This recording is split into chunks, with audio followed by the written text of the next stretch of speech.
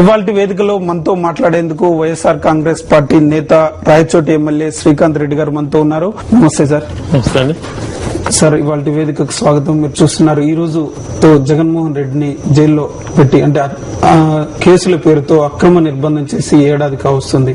ఈ ఏడాది కాలాన్ని మీరు ఎలా విశ్లేషిస్తారు?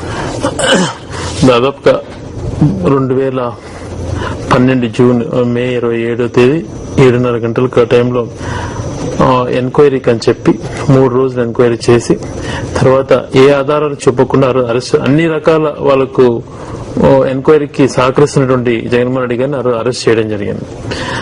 చాలా దారుణమైనటువంటి అంశము. అరెస్ట్ అయినటువంటి 2 వారాల తర్వాత ఎలక్షన్స్ జరిగినప్పుడు వన్ సైడ్ గా క్లీన్ స్వీప్, దాదాపుగా తెలుగుదేశం పార్టీ కాంగ్రెస్ పార్టీకి డిపాజిట్స్ రాలేని పరిస్థితి ఆ రోజు కలిగింది అనమాట.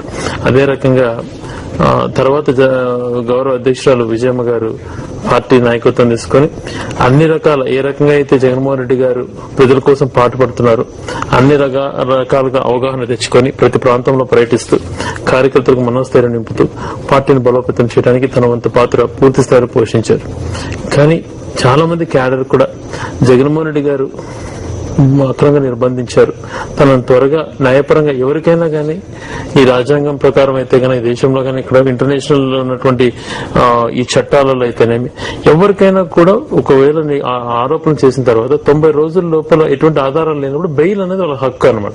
ఆ బెయిల్ కల్పించే అవకాశం తీసిపడేసి కుమ్మక్క రాజకీయాలు చేస్తూ ప్రజాస్వామ్యాన్ని కాలరాసి అదే పనిగా కుటుంబాన్ని ఇబ్బంది పెడుతున్నటువంటి పరిస్థితులు జరుగుతున్నాయి. ఇవన్నీ చాలా బాధాకరమైనటువంటి అంశాలు. కానీ ధైర్యంగా విజయమ్మ గారు ప్రజల వైపున నిలబడి ఒక రకంగా ఒక సైడ్ నుంచి షర్మిలా గారు పాదయాత్ర చేసుకుంటా ప్రజలకు నైతిక స్థైర్యం నింపుతూ నిరాశపడుతున్నటువంటి ప్రజలకు భరోసా కలిగిస్తూ భవిష్యత్తులో ఈ పార్టీ అధికారంలోకి వస్తే రాజశేఖర్ గారు అమలు చేసినటువంటి కార్యక్రమాలు పూర్తి స్థాయిలో అమలు చేస్తామని ప్రజలకు ధైర్యం చెప్తూ ముందుకు సాగుతున్నటువంటి సంఘటనలు. ఈ సంవత్సరంలో జగన్ లేకపోవడం ఒక లోటు అయితే జగన్ లోటు లేని భర్తీని కూడా ఆ కుటుంబం నుంచి గౌరవ అధ్యక్షుడు విజయమ్మ గారు అయితేనేమి షర్మిలమ్మ గారు తీసుకోవడం చాలా సంతోషదాయక విషయం. కానీ ఇటువంటి సంఘటన జరగడం చాలా దురదృష్టకరం. రాజకీయంగా కక్షలు కట్టి అంటే రాజ్యాంగంలో ఉన్నటువంటి హక్కులను కూడా కాలరాసి ఎంత దారుణానికి ఒడగొట్టడం అనేది చెడు సాంప్రదాయం. ఒకప్పుడు తమిళనాడులో ఇటువంటి పద్ధతులు ఉండేవి. ఆ సాంప్రదాయాన్ని ఆంధ్ర రాష్ట్రంలో పెట్టి కక్షపూరితమైన రాజకీయాలను ఇక్కడ నేర్పించే విధానం తెలుగుదేశం పార్టీ కాంగ్రెస్ పార్టీ చేస్తున్నది మా అభిప్రాయం. ప్రధానంగా ఈ కేసులకు సంబంధించి సామాన్యులతో సహా న్యాయ నిపుణులు కూడా చెప్తున్నది, ఎలాంటి కేసుకైనా అది ఆర్థిక నేరమే కావచ్చు మిగతా కేసు ఏదైనా కావచ్చు 90 రోజుల్లో బెయిల్ రావాలి. 90 రోజుల్లో శిక్ష ఏదైతే విచారణ జరుగుతుందో విచారణ కొలిక్కి రాకపోతే 90 రోజుల్లో బెయిల్ ఇవ్వటం అనేది ఇప్పటిదాకా సర్వసాధారణంగా జరుగుతూ వస్తుంది.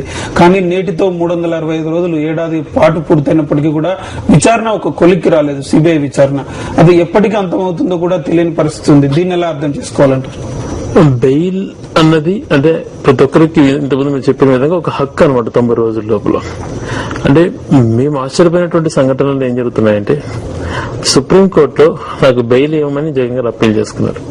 సుప్రీంకోర్టు మీకు బెయిల్ ఇవ్వలేము మీకు ఈ కారణాలు అని చెప్పి బెయిల్ రిజెక్ట్ చేశానంటే అదొక పద్ధతి. కానీ అట్లా కాకుండా మీకు బెయిల్ ఇవ్వము, నువ్వు మరో 6 నెలల వరకు నువ్వు బెయిల్ అప్లై చేసుకునేదానికి లేదు అని చెప్పినటువంటి తీర్పుని ఆశ్చర్యపోతున్నాం. అంటే ఇటువంటి భవిష్యత్తు ఎక్కడ జరగలేదు. భారతదేశంలో మొట్టమొదటి కేసు ఇదే అనుకుంటాం.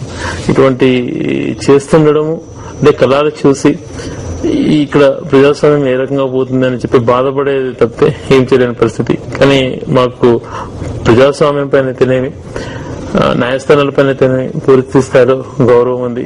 భవిష్యత్తులోనే న్యాయం జరిగి జగన్మోహన్ రెడ్డి గారు అడిగిన మొత్తంలో బయటకు వస్తారని ఆశిస్తున్నాం.